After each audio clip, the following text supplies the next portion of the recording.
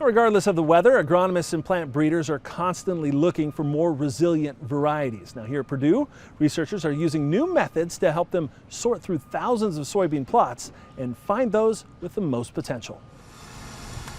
Once the seeds are in the ground,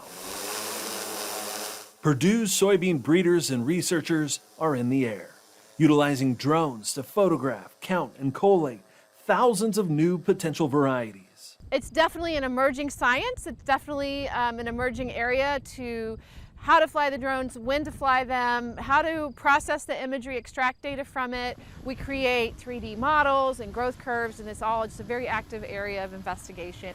Purdue's soybean geneticist and plant breeder Katie Rainey has been using these drones for about a decade. It's just been in the last few years, however, that her team has been able to put that data to work.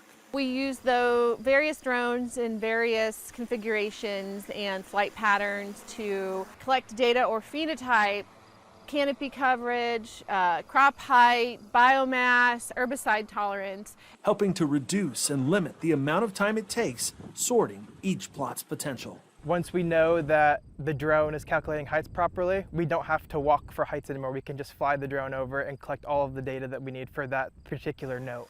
That information, combined with plant health imagery, is changing the way they make decisions. We look at the shape and height and size of the canopy and then how it's growing.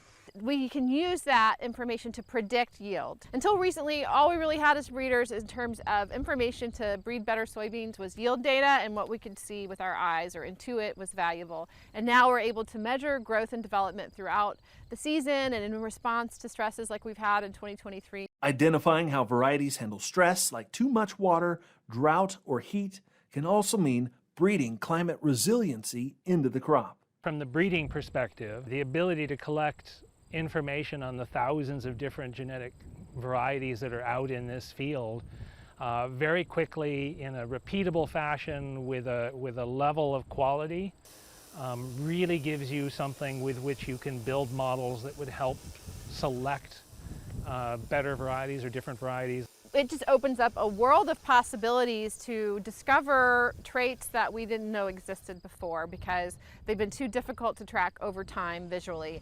And now they're partnering to collect data from all over the Midwest to help make predictions across bigger geographies and genetic lines. So we can predict yield within the season, or we can use it to predict varieties that are likely to be high yielding when they make it to farmers' fields. And it really just changes the numbers game of what plant breeding is. It's a technique she's now sharing with students in the private sector. In the future, we'll get higher yielding varieties to the market for farmers faster. Helping this critical crop continue its path to new heights. Okay.